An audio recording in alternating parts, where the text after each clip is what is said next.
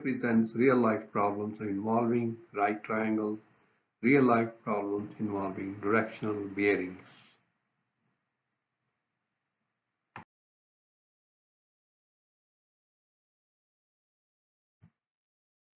Example 1. The sun is 25 degrees above the horizon. Find the length of the shadow cast by a dry tree that is 40 feet tall. Uh, so this is a tree 40 feet tall, and here's the shadow, and we want to know what is the length of this shadow. We do not need to find the hypotenuse of this one. And the angle of elevation is 25 degrees.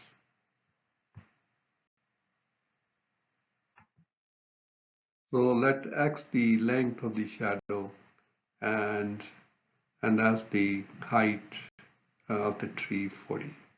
So we can take the ratio of the this side is opposite to the 25 degrees, and this is adjacent side. So if 40 over x is the opposite over adjacent, and opposite over adjacent is a tangent of the angle, which is 25 degree, tangent 45. So we need to solve this equation for x. So since x is on the denominator, so you multiply both sides by the x. So it becomes x times 40 over x equals to x times tangent 25 degrees. And then at this we can cancel this x, and we'll be 40, and we have x tangent 25 degrees. So now we isolate x, divide both sides by tangent 25. So you have 40 over tangent 25 equals to tangent 25 over tangent 25. We cancel out tangent 25, tangent 25, and we use the calculator here, 40 over tangent 25. So you should get 85.8 feet. So that's the length of the shadow. So example 2, a ladder that is 20 feet long leans against this wall of this home, and the angle of elevation of the ladder is 40 degrees, and we're going to find the height from the top to the ladder, top of the ladder to the ground. So let h is the height. H is the height of the top of the ladder to the ground, and h over 20 will be, h is the opposite side of the angle 40 degrees, and 20 is hypotenuse. So h over 20 is opposite over hypotenuse is equal to sine of 40 degrees. So now to solve for h, we multiply both sides by 20. So it becomes 20 times h over 20 is equal to 20 times sine 40 degrees. So 20 cancels with 20, left with the h is equal to 20 sine 40 degrees. Using calculators in degree modes, you get 12.86 feet.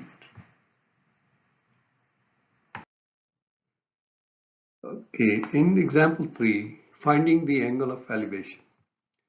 So an engineer designed a 70-foot cellular telephone tower, and we have to find the angle of elevation to the top of the tower, this, which is from 50 feet from the bottom of the ground, from the base of this tower. So we don't need to complete the whole triangle. We know this is height is 75 feet, and this is the adjacent side of the angle axis, 50 feet. So we take the ratio of 75 to 50, and 75 is opposite, 50 is adjacent, and we know opposite of adjacent is tangent of x. So the x is equal to arc tangent of 75 with 30. Now we put on the calculator in degree modes, so we get 56.40 degrees. Example 4, let's find the airplane ascent. If an airplane takes off with an angle of ascent 70 degrees and with a speed of 275 feet per second.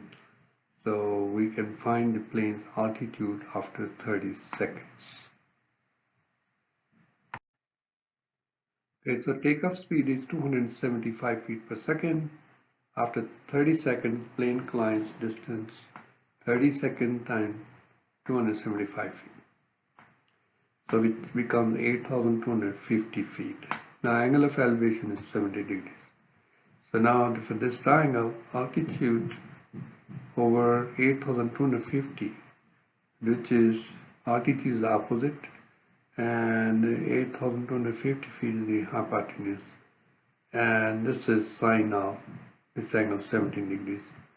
So now we solve for altitude, so multiply both sides by 8,250. We cancel out this one, you're left with altitude, and now we have 8,250 times sine 70 degrees. Now use the calculator in degree mode, so you should get 2,412.1 feet. So example 5, if a fighter plane takes off with an angle of ascent of 16 degrees and with a speed of 275 feet per second, so let's find the time the fighter plane will take to climb to an altitude of 12,000 feet. Okay, so step 1 would be find the distance the fighter plane will fly upward at an angle of 70 degrees to reach the altitude of 12,000 feet. To find D, we're going to use the ratio of 12,000 feet and D. But this side is opposite and this is hypotenuse, and we know opposite of hypotenuse is sine of 17 degrees. So now we multiply by D both sides, so D times 12,000 over D is equal to D times sine 70 degrees. D cancels with a D, so you have a 12,000 equals to D times sine 17 degrees. Now divide by sine of 17 degrees. So this cancels out to D, and this 12,000 over sine 70 degrees we put in the calculator in degree mode. So we should get 41,043.64 feet. So we have found D equal to 41,043.64 feet.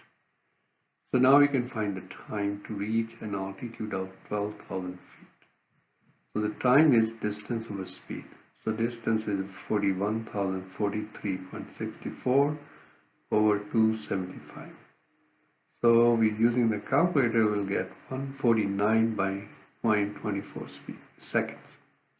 Now convert this into minutes, divide by 60 seconds, you should get 2.49 minutes. Bearings. A bearing measures the acute angle that path or line of sight makes with a fixed north-south line. So here is a north-south line, and this is the line of sight, and this angle makes theta with this y-axis north-south line, and that's the bearing, and we write this as north, angle, and east.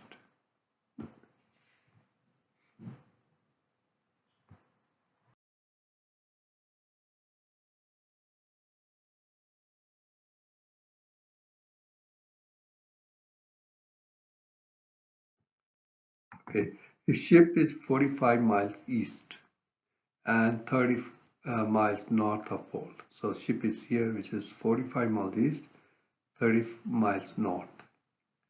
And the ship, the captain wants to travel to this port, directly to the port. So what bearing he should take? So we will need to know what angle it makes with the north-south line. So from this point to this line. So that's, let's say, X. Okay. So it looks like 45 is the opposite and 30 is the adjacent, and 45 over 30 is tangent of the X. So then X becomes arctangent of 45 over 30. We use the calculator, gives you 56.31 degrees. So the bearing is south, from south towards west. So it'll be south 56.31 degrees west.